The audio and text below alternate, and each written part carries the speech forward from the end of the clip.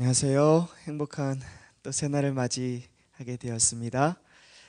오늘 말씀의 본문은 사도행전 7장 17절에서 45절입니다. 한번 일찍 오셔서 좀 읽어보셨습니까? 어제 우리는 집사 스데반이 위기의 상황을 복음을 증거하는 기회로 삼는 모습을 함께 살펴봤습니다. 집사 스데반이 그런 위기 가운데서도 천사의 얼굴을 하면서 복음을 전하는데 그냥 전하는 것도 아니라 유대인들의 입장에서 복음을 듣는 그들의 입장에 서서 그들에게 있어서 가장 익숙한 책, 구약책과 그리고 지난 역사 가운데서 그들이 가장 존경했던 인물인 아브라함의 이야기를 시작으로 그들에게 복음을 전하게 되었습니다. 여러분, 오늘 본문을 살펴보면 누가 그의 설교의 주인공이었죠? 누구였습니까? 모세였습니다. 모세. 여러분, 오늘 본문을 이렇게 읽어보시면서 모세의 삶을 아마 보실 수 있었는데요. 모세의 생애를 크게 나눠보라고 하면 몇 가지로 나눌 수 있을까요? 네, 맞습니다. 3번의 인생으로 크게 요약할 수 있습니다. 첫 번째는 죽음의 환경에서 태어난 모세입니다. 첫 번째 생애는 그의 나이 40세까지인데요. 사도행전 7장 20절 21절 함께 읽어보겠습니다. 20절 21절입니다. 그때 시작. 그때에 모세가 났는데 하나님 보시기에 아름다운지라 그 부친의 집에서 석 달을 길러우더니 버리운 후에 바로의 딸이 가져다가 자기 아들로 기르매.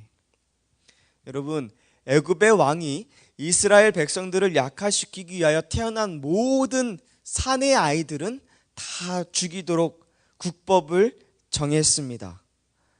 모세는 죽음을 피할 수 없는 그런 절망적인 환경에서 태어났습니다. 태어나는 것 자체가 곧 죽음을 의미한 것입니다. 그런데 여러분, 모세가 이런 환경 가운데에서 태어난 것을 선택하며 태어났습니까? 아니죠. 태어나 보니까 그의 상황이 죽을 수밖에 없는 그런 상황에 처해 있던 것입니다. 그가 원해서 태어난 것이 아닙니다. 이런 죽음의 환경에서 태어난 모세가 스스로 할 수 있는 것은 아무것도 없었습니다.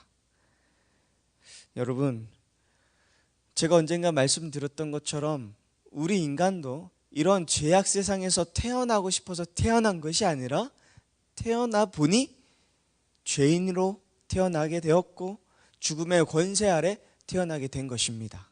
모세도 마찬가지입니다. 모세가 원해서 태어난 것이 아니라 태어나 보니 그의 삶이 죽음에 직면한 삶이었던 것입니다. 여러분, 이런 상황 속에서 갓 태어난 아기가 할 수 있는 일이 무엇이 있었습니까? 아무것도 없었습니다. 아무것도 없었습니다.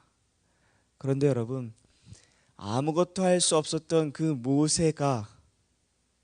모세의 삶을 바라보면 여전히 그의 인생을 붙드시고 이끄시는 보이지 않는 하나님의 손길이 있었습니다.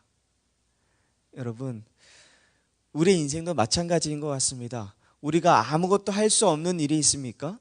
우리 힘으로는 도저히 불가능한 일들이 있습니다.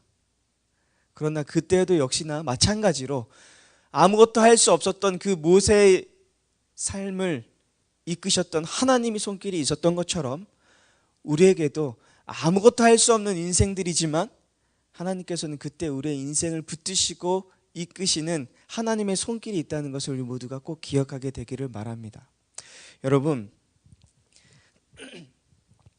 모세가 가만히 보면 그런 절망적인 환경에서 갈대 상자에 담겨 정처 없이 물살에 떠내려가는 그러한 어려움 가운데 있었습니다. 그런데 그 갈대 상자를 끝까지 붙드시는 분이 누구셨어요? 하나님이셨죠. 하나님께서 붙이셨습니다. 그리고 그렇게 흘러가던 나일강에서 흘러가던 그 갈대 상자를 바로의 딸에게 인도해 주셨던 분이 누구세요? 하나님이셨습니다. 이것은 그냥 우연히 일어난 일이 아니라 그 나일강에서 안전하게 그 갈대 상자를 지켜주셨던 분도 하나님이셨고, 바로의 딸의 손에까지 인도하셨던 분도 바로 하나님의 손길이셨습니다. 이건 우연이 아니라 그 가운데 하나님의 섭리가 있었고 하나님의 도우심이 있었던 것입니다. 창세기 37장에 보면 여러분, 요셉의 형제들이 요셉을 시기하여 질투하여 웅덩이에 그 요셉을 쳐넣어서 죽게 만듭니다. 물도 없습니다. 곧 죽을 것입니다. 그런데 그때 성경에서는 때에 미디안 상고가 지나는지라 라는 기록이 있습니다. 여러분, 우연이라고 생각하십니까? 우연이 아닌 것입니다. 우리 그리스도인들에게는 우연이 결코 없는 것입니다. 모든 인생에 있어서 일어나는 일들이 하나님의 섭리 가운데 일어나는 것, 필연이라는 사실을 우리 모두가 기억하게 되기를 바랍니다. 미디안 상고들에 팔려서 애굽으로 간 것은 우연히 일어난 일이 아니라 하나님께서 세우신 위대한 섭리요, 그가 이끄시는 손길이었음을 우리 모두가 기억하게 되기를 바랍니다. 하나님께서는 여전히 오늘도 아무것도 할 수 없는 우리 인생들을 붙드시고 이끄시고 계신다는 사실입니다. 여러분, 하나님께서 어디까지 인도하십니까? 평온함으로 말미암아 기뻐하는 중에 여호와께서 우리가 바라는 한국까지 말씀에 보면 우리를 하늘 천국까지 인도하신다고 그랬습니다. 천국 도착하기 50m, 100m 전이 아니라 어디까지요? 천국에 들어가기까지, 그것까지 인도하시는 그 하나님의 손길이 오늘 하루 내가 아무것도 할 수 없는 일들이 있지만 우연히 이 가운데 우리를 이끄시는 분이 아니라 우리를 강하게 붙드시고 이끌고 계심을 우리 모두가 믿게 되기를 간절히 소원합니다. 두 번째 생애는 사도행전 7장 23절입니다. 나이 40이 되매 그 형제 이스라엘 자손을 돌아볼 생각이 나더니, 여러분, 그의 나이 몇 세 때요? 40이 되었을 때. 여러분, 두 번째 생애는 바로 민족에게 눈을 뜬 모세였습니다. 형제들에게 눈을 뜬 모세였습니다. 40이 된 모세는 비로소 동족들을 생각하게 되었습니다. 자기 민족이 억울하게 종살이하고 불공정하게 재판받는 모습을 보게 되니 마음 한켠이 애린 것입니다. 그들의 삶을 깊이 들여다보니 가슴이 아팠습니다. 모세가 이처럼 나이 40이 되었을 때 형제들을 향하여 눈을 뜨게 된 것입니다. 그들의 아픔을 이해하게 됩니다. 그들의 노예를 살아가는 그들의 인생을 불쌍히 여기게 되는 것입니다. 여러분, 이제 우리의 눈을 떠서 모세의 두 번째 인생처럼 우리 형제들을 살펴보게 되기를 간절히 소원합니다. 우리 주변의 이웃들을 향해서 하나님께서 우리의 눈을 열어주시게 되기를 간절히 소원합니다. 그들의 삶을 바라보고 가슴 아파할 줄 알아야 합니다. 여러분, 우리 주변의 형제들의 이야기를 듣고 우리의 마음이 아파 기도할 줄 알아야 하는 것입니다. 죄의 종으로 살아가는 형제들을 바라보고 불쌍히 여길 줄 알아야 합니다. 저 사람은 왜 저래? 이해할 수 없어. 이러한 눈길로 바라보는 것이 아니라 죄악 세상에 살아가는, 그런 어려운 형편에 살아가는 그들을 바라보고 이해하고 그들의 아픔을 읽을 줄 아는 마음을 가져야 하는 것입니다. 이전에는 못했지만 언젠가부터 내 마음 가운데서 그들을 향해서 기도하고 싶은 마음이 내 안에 들어야 하는 것입니다. 모세가 살았던 두 번째 인생은 바로 이와 같은 삶이었습니다. 민족들을 향해서, 형제들을 향해서 그들이 모세가 눈을 뜨게 된 것입니다. 우리 하나님께서 오늘 이 새벽 우리 형제들을 향하여 바라볼 수 있는 눈을 열어주시게 되기를 간절히 소원합니다. 세 번째 생애는 하나님에 대해 눈을 뜬 모세였습니다. 누구에게 대해서 눈을 뜬다고요? 하나님에 대해서. 여러분, 모세는 형제들을 향하여 눈을 뜨게 된 후에 하나님의 방법대로 하나님께서 이끄시는 대로 순종했어야 했지만 그렇지 못하고 인간적인 감정으로 이스라엘 백성들이 핍박당하는 광경을 보고 쉽게 말해서 오늘날 말로 욱했습니다. 화가 났습니다. 그래서 인간적인 감정으로 이스라엘 백성들이 핍박당하는 광경을 보고 참지 못해서 살인을 하게 됩니다. 그리고 모든 것을 버리고 광야에 들어가게 되었습니다. 여러분, 이스라엘 역사를 살펴보면 애굽의 차기 대권 후보가 누구였습니까? 바로 모세였습니다. 그는 40년 동안 그 바로의 딸 어머니, 자신을 양자로 받아들인 바로의 딸이 그를 차기 대권 후보로 세우기 위해서 40년 동안 여러 유능한 선생님들을 불러다가 교육하고 가르치고 나라의 법도를 배울 수 있도록 모든 것들을 다 준비시켜 놨습니다. 그래서 조금 있으면 이제 애굽의 왕으로서 서게 될 때가 되었습니다. 그런데 모세가 어떻게 됐어요?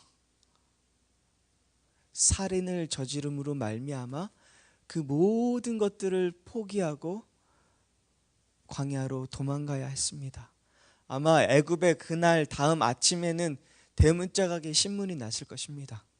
애굽의 차기 대권 후보인 모세 살인하고 도망갔다. 모든 것이 절망이었습니다. 좌절이었습니다. 곧 있으면 왕이 됐어야 될 모세가 살인하게 됨으로 그의 모든 삶을 송두리째 빼앗기고 내려놔야 했던 것입니다. 낮아질 대로 낮아졌습니다. 약해질 대로 약해졌습니다. 자기는 이제 아무것도 할 수 없는, 아무것도 아닌 존재로 깨닫게 된 것입니다. 몇 년 동안요? 40년 동안. 40년 동안 시내산에서 똑같은 생활을 반복하며 청춘을 보내며 나는 아무것도 아니라고 생각할 그쯤에 29절에 보면 평범한 한 여인을 만나서 미디안 땅에서 나그네가 되어서 거기 그저 두 아들을 얻은 것이 그의 재산의 전부였던 것입니다.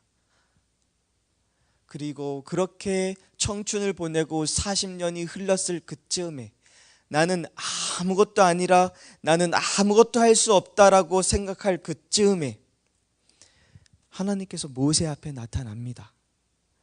30절에 보면 40년이 참에 천사가 시내산 광야 가시나무 떨기 불꽃 가운데서 그에게 보이거늘. 32절입니다. 나는 내 조상의 하나님 즉 아브라함과 이삭과 야곱의 하나님이라. 여러분, 모세가 나는 아무것도 아니라, 나는 아무것도 할 수 없다라고 여기고 낮아질 대로 낮아졌을 때 그 앞에 하나님께서 나타나셨습니다. 여러분, 오늘 우리가 절망의 골짜기 시내산에 있습니까? 내려가려고 해도 더 이상 내려갈 데 없는 막다른 곳에 다다랐습니까? 그렇다면 이제 우리 모두가 하나님을 만날 준비를 하시게 되기를 간절히 소원합니다. 사람과의 관계 속에서 내려지는 막다른 골목에 다다랐습니까? 우리가 하는 모든 일들에 있어서, 우리의 가족의 여러 가지 문제들에 있어서 내려갈 곳 없는 막다른 곳에 있습니까? 하나님 앞에 이제 항복하시고 겸손한 마음으로 그분 앞에 서 있게 될 때 하나님께서 나타나시고 다시 한번 일으켜 세워 주실 것입니다. 여러분, 하나님의 음성을 들을 준비를 하시게 되기를 바랍니다. 하나님께서 이제 우리 인생에 개입하실 때가 된 것입니다. 오늘 우리가 가장 낮은 곳에 가장 겸손한 자세로 우리 주님 앞에 서 있게 되기를 간절히 소원합니다. 그때 우리 하나님께서는 모세 앞에 나타나 다시 한번 그를 부르시고 그를 사용하여 주셨던 것처럼 오늘 하나님께서 겸손히 그분 앞에 서 있는 우리를 들어 다시 한번 사용하시고 붙드시고 인도하실 것입니다. 여러분, 이처럼 모세의 삶은 크게 세 가지로 나눌 수 있습니다. 죽음의 환경에서 태어난 모세, 그리고 형제들, 민족들을 향해서 눈을 뜬 모세, 그리고 하나님을 향해서 눈을 뜬 모세. 모세의 삶을 통해서 다시 한번 우리가 절망 가운데서 여전히 보이지 않는 손길로 그를 인도하셨던 것처럼 하나님께서도 오늘 여전히 우리를 붙드시고 인도하고 계심을 믿음의 눈을 떠서 바라보고 확신하게 되기를 간절히 바라면서 오늘 말씀을 마치도록 하겠습니다.